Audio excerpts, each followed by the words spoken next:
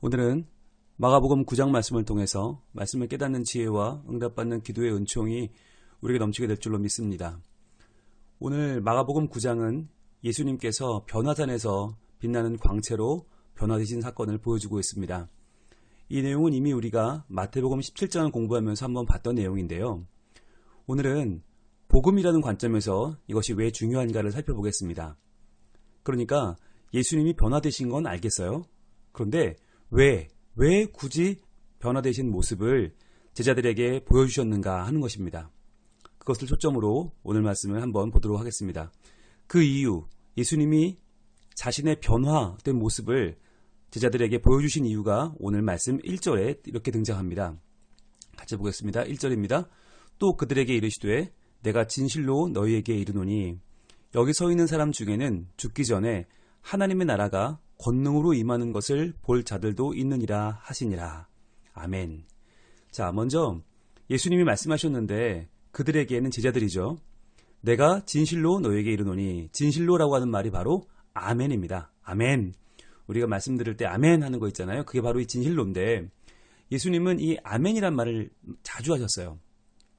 이 아멘이란 말은 원래 히브리어입니다. 히브리어 아만에서 유래한 말인데 믿음을 갖다, 확고하다, 꾸준하다, 신뢰할 만하다 이런 의미를 가지고 있어요. 그래서 내가 아멘, 이 아멘을 내가 생활할 때 믿음을 갖게 되고 확고하게 되고 꾸준하게 신뢰할 만한 그런 마음을 갖게 되는데 이 아멘이란 말이 히브리어에서 어떻게 쓰였냐면 개인이나 회중이 어떤 맹세 또는 저주에 대해서 그 타당성에 동의할 때 나도 그렇다, 맞다라고 할 때 아멘을 했습니다.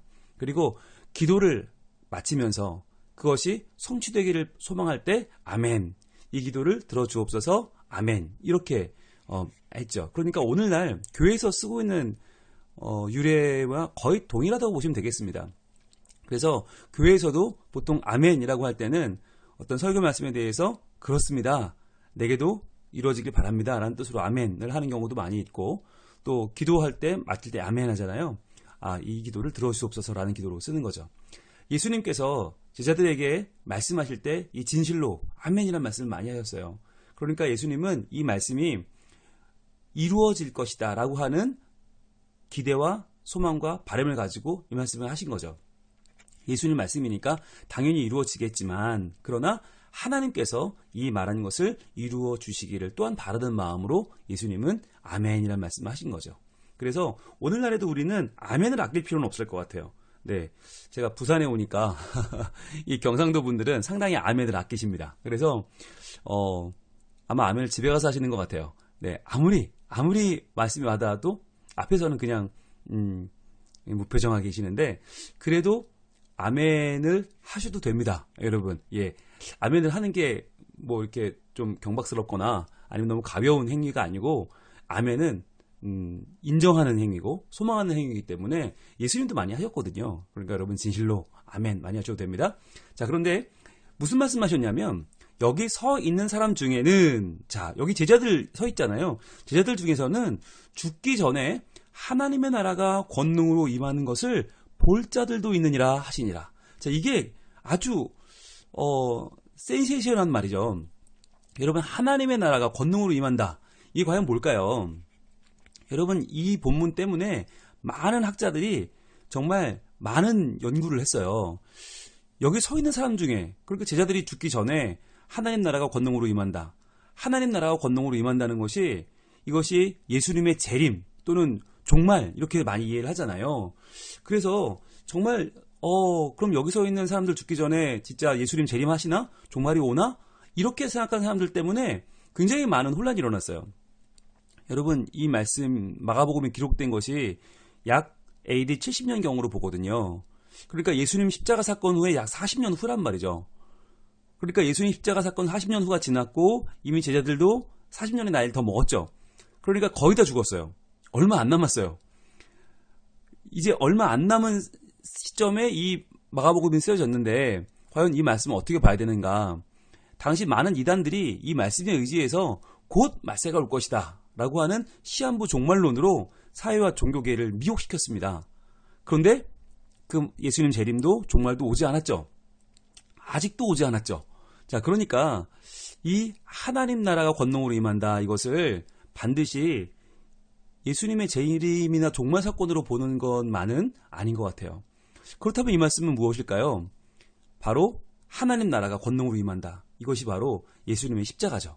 예수님의 십자가의 죽음과 부활의 사건, 이것은 바로 예수님, 천국에 계신 그분이 완전하게 하나님과 인간 사이에 휘장을 거두어 가시는, 인간과 하나님 사이에 있던 죄의 벽을 허무시는, 그리하여 하나님 나라가 권능으로 임하시는 사건이죠.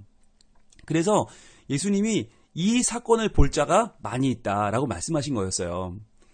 그래서 우리는 하나님의 나라가 권능으로 임한다, 이런 말을 들을 때 꼭 뭐 예수님의 재림이나 종말로 이해할 것이 아니라 십자가, 부활, 여러분 분명히 그 사건이 일어났잖아요.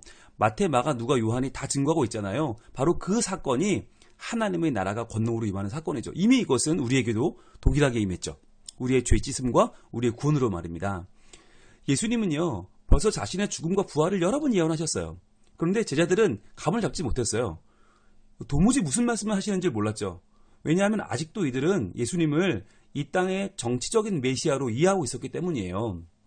그래서 이들에게 과연 정말 예수님이 누구신지를 분명히 알려주기 위해서 복음이신 예수님, 그분이 바로 모든 죄를 깨끗이 씻어주시는 광채, 빛으로 오시는 놀라운 은총과 거룩한 주님이시다 라고 하는 것을 나타내주는 사건이 뭐냐? 바로 오늘의 이 변화산, 예수님이 광채로 하얗게 빛나시는 바로 이 사건이었던 것입니다. 그래서 요약하면 왜 예수님은 변화산 산상에서 이렇게 놀라운 변화를 보여주셨는가?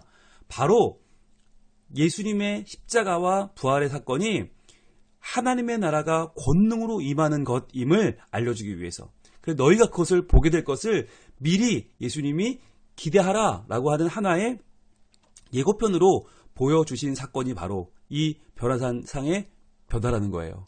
이 변화산상의 변화는 놀라운 일이었어요. 오죽하면 정말 이 베드로가 엉뚱한 소리를 합니다. 헛소리를 합니다. 너무너무 놀라서 5절에 그러잖아요. 베드로가 예수께 고하되 라삐여 우리가 여기 있는 것이 좋사오니. 너무 막 혼이 나간 거예요. 우리가 초박 셋을 줄 때 하나는 주를 위하여, 하나는 모세를 위하여, 하나는 엘리야를 위하여 하사이다 하니. 근데 그 다음 6절 보세요. 이는 그들이 몹시 무서워하므로 그가 무슨 말을 할지 알지 못함이었더라. 자, 너무 무서워서 무슨 말을 할지 알지 못할 정도의 충격을 받은 거예요, 지금. 베드로가 막 정말 무슨 말을 해야 될지도 모르는 그런 벌벌벌 떨고 있는 상황에서 베드로나 되니까 그래도 입을 연 거죠. 베드로는 굉장히 말이 앞서는 사람이잖아요. 나머지 야고보, 요한은 입도 뻥끗 못했어요. 베드로가 너무 떨리는데 너무 막 진짜 고통스러울 정도로 아마 두려웠던 것 같아요. 근데 무슨 말이라도 하려고 결국 입을 연 게 이런 초망을 짓겠다라는 얘기가 된 거죠. 이해를 못한 거죠. 이 변화가 뭘 말하는 건지. 이 변화가 바로 이런 큰 놀라운 변화로, 이 능력으로, 이 거룩함으로 예수님이 십자가 지시고 죽으심으로 우리의 모든 죄를 씻고, 그리고 죄를 이기고 부활하심으로 우리의 모든 죄를 이기고 우리의 모든 사망 권세를 꺾고 우리를 주님 곁으로 인도해 갈 것이다 라고 하는 이 놀라운 십자가와 부활 사건의 빙산의 일각만 보여준 게 바로 이 변화산 사건이었는데, 그건 만으로도 베드로는 감당할 수가 없는 거예요. 너무 대단한 거예요. 그래서 예수님은 오늘 이 약간의 맛보기를 통해서 과연 복음이 얼마나 충격적인 사건인가, 복음이 얼마나 굉장한 사건인가, 복음이 얼마나 우리에게 어마어마하게 다가오는 하나님의 능력이요, 이것이 우리에게 주는 변화인지를 지금 말씀해주고 있는 것입니다. 자, 그러면 여기서 한 가지만 더요. 그러면 왜 예수님은 하필 이때 이 시점에서 맛보기를 보여주셔야만 했는가? 왜 그냥 지나가도 되는데 이 시점에서 예수님이 이제 곧 예루살렘 입성하시잖아요. 곧 십자가 지실 거거든요. 이제 11장이면 바로 입성해요. 그런데 왜 9장에서 이렇게 미리 맛보기를 보여주셔야만 했는가라고 하는 거죠. 그게 뭐냐면 8장의 분위기 때문이에요. 8장에서 여러분 8장 후반부의 분위기가 어땠냐면 베드로가 예수님에 대해서 믿음의 고백을 했어요. 주는 그리스도신이다 라고 고백을 했거든요. 자, 그런데 그 고백을 들으신 예수님이 그 고백을 듣고 주는 그리스도십니다 라는 고백을 듣고 뭘 하셨냐면 바로 입을 열어서 예수님이 앞으로 십자가를 지실 일을 말씀하셨어요. 자, 한번 볼까요? 8장 31절에 한번 보겠습니다. 자, 8장 31절 바로 그 위에 있죠.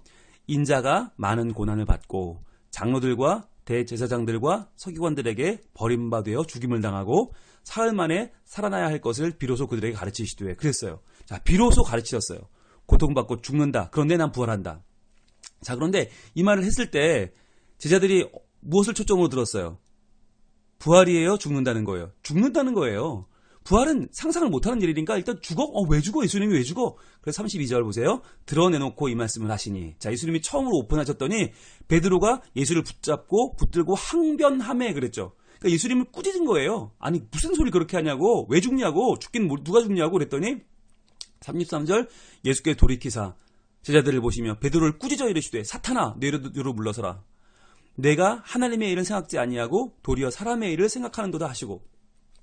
자, 지금 난리가 난 겁니다.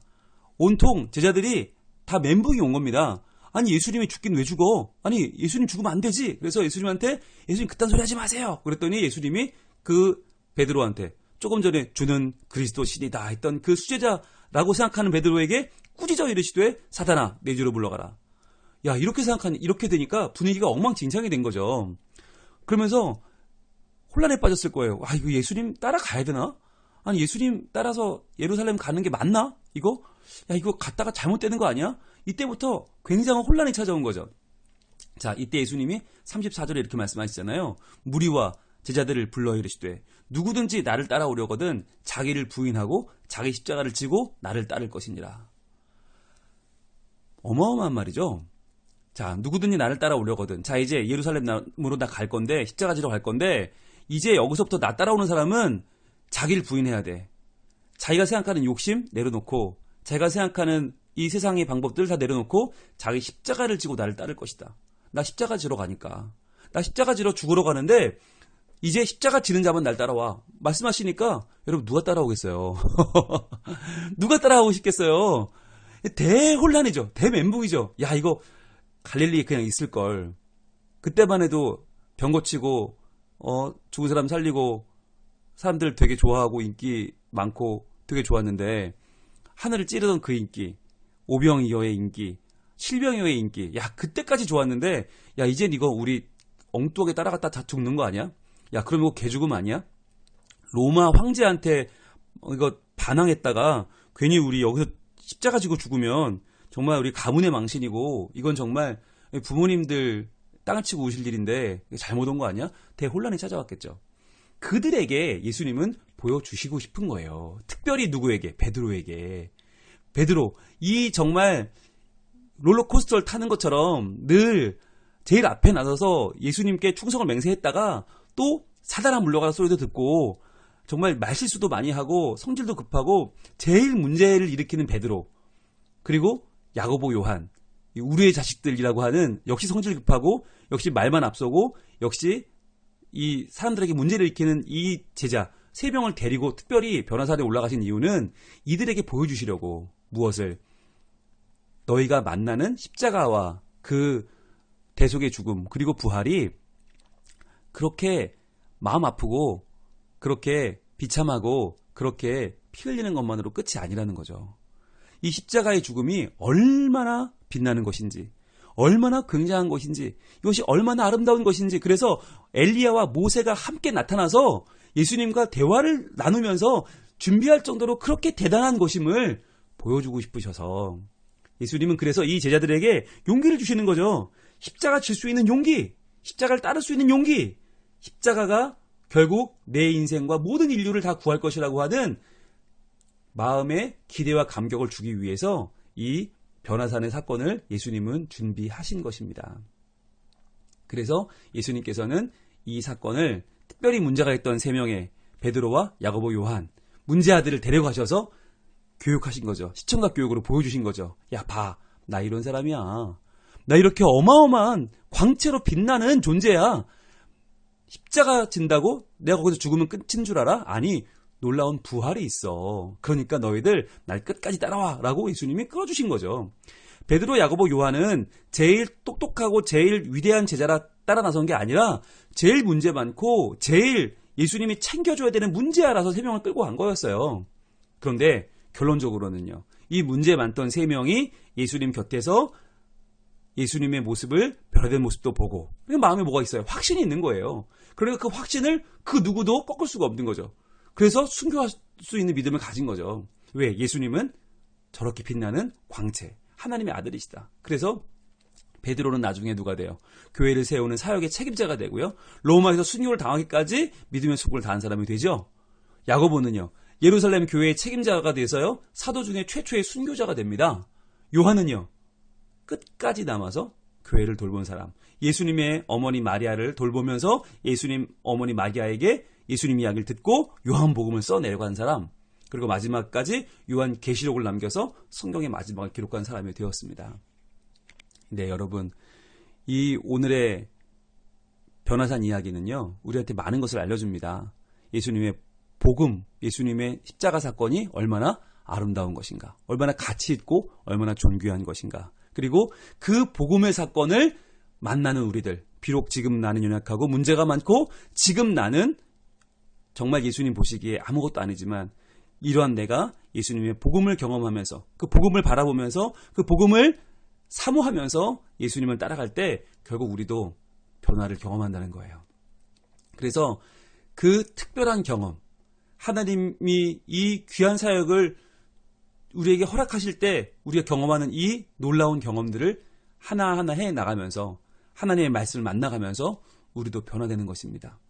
그래서 우리도 주님과 함께 이 복음에 동참하게 되고 영광의 길을 걷고 때로는 고난의 길을 걷게 하시는 거죠. 그러면서 우리가 예수님의 십자가로 더 가까이 나아가는 것입니다. 요즘 우리가 코로나19 사태로 아주 어려운 시기를 보내고 있는데 그래도 이 시기도 역시 우리가 더 예수님께 가까이 나아가는 계기가 될 줄로 믿습니다. 예수님의 복음, 그 십자가와 부활, 예수님의 고난을 묵상한 이 사순절에 우리가 더욱더 하나님 말씀을 통해서 예수님의 참된 모습,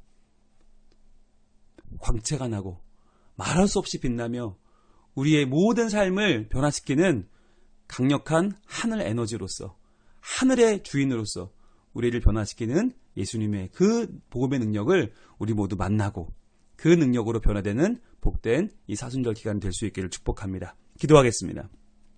하나님, 예수 그리스도께서 변화산에서 올라가셔서 친히 광채가 나고 희게 변화되신 그 사건은 바로 하나님의 나라가 영광 중에 임하는 것을, 권능으로 임하는 것을 그 당시에 제자들에게 보여주기 위한 예수님의 맛보기, 예수님의 예고편이었음을 저희는 알게 되었습니다. 주님, 예수님을 따라간다고 하는 것이 비록 십자가 지는 것이고 비참해지는 것이고 인간적인 욕심을 내려놓는 것이지만 그러나 광채로 빛나시는 예수 그리스도의 놀라운 부활에 동참하시는 우리의 삶인 줄로 믿고 주님, 저희들 기대감을 가지고 예수님의 십자가를 맞이하게 하여 주옵소서. 소망을 가지고 복음에 동참하게 하옵소서. 그래서 예수님의 부활에 우리도 동참하고 예수 죽음이 내 죽음인 것처럼 예수 십자가 내 십자가인 것처럼 예수 부활도 내 부활이 되어서 우리도 주님과 함께 영원히 살며 주님과 함께 통치하며 주님과 함께 주님 품 안에서 아름다운 교제를 맛보는 우리 모두가 되게 하옵소서. 예수님 이름으로 기도합니다. 아멘.